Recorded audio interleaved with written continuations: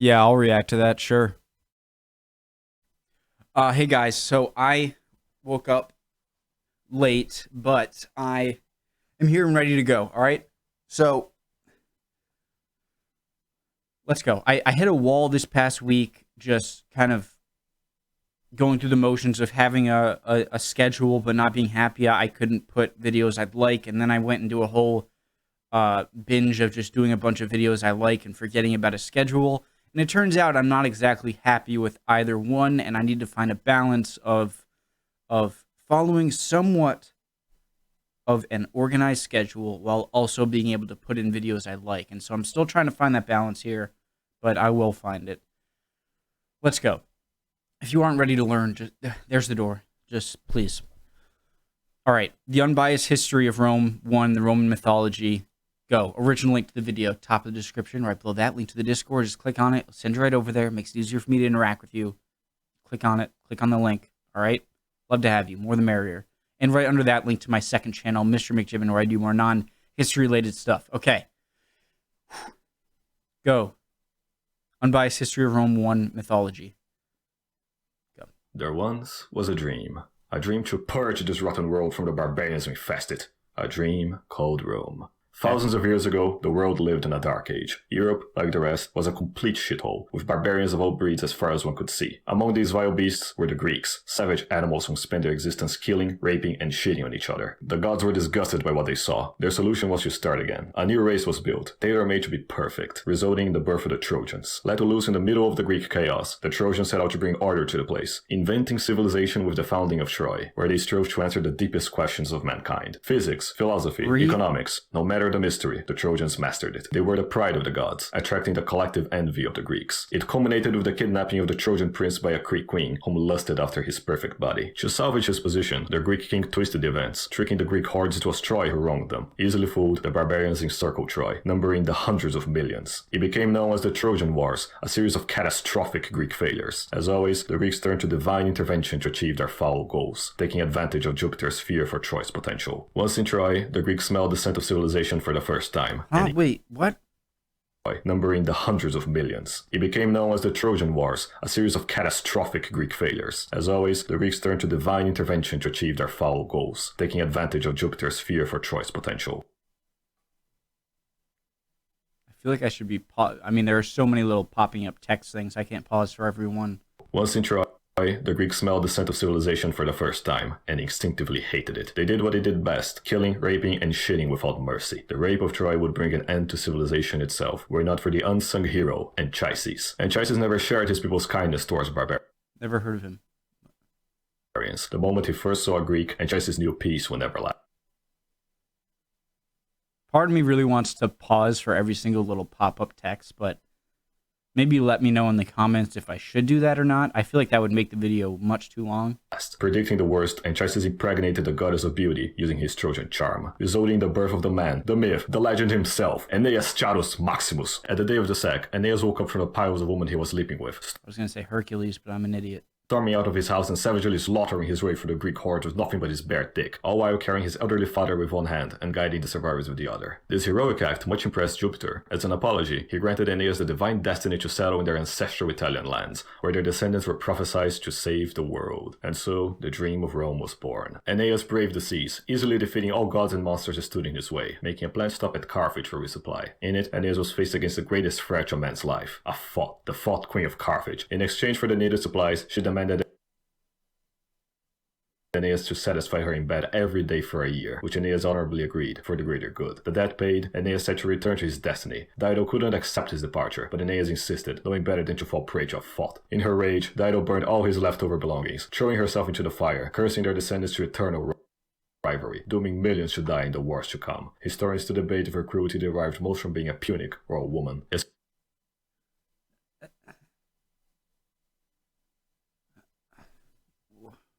Dido couldn't accept his departure, but Aeneas insisted, knowing better than to fall prey to a thought. In her rage, Dido burned all his leftover belongings, throwing herself into the fire, cursing their descendants to eternal rivalry, dooming millions to die in the wars to come. Historians to debate if her cruelty derived most from being a Punic or a woman. Escaping Carthage, Aeneas finally arrived in Italy, becoming the king of Alba Longa. After a quick trip through the road of his...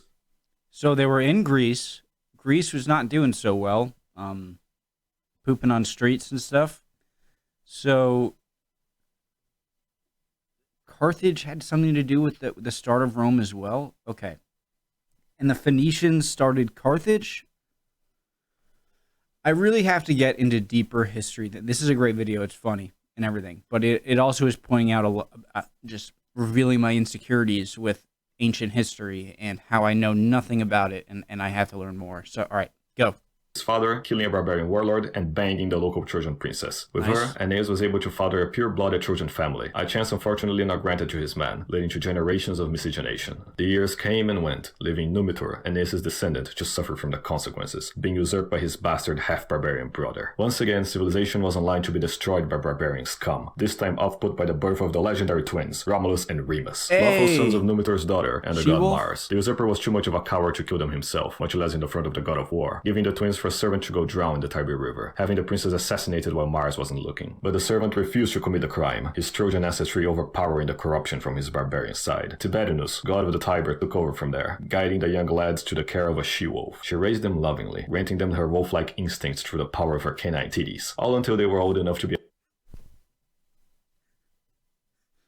I was just picturing that statue with the little babies suckling on the mother wolf, that classic Rome statue.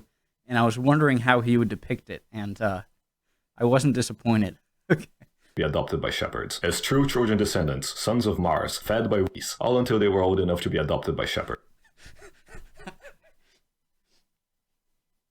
Okay.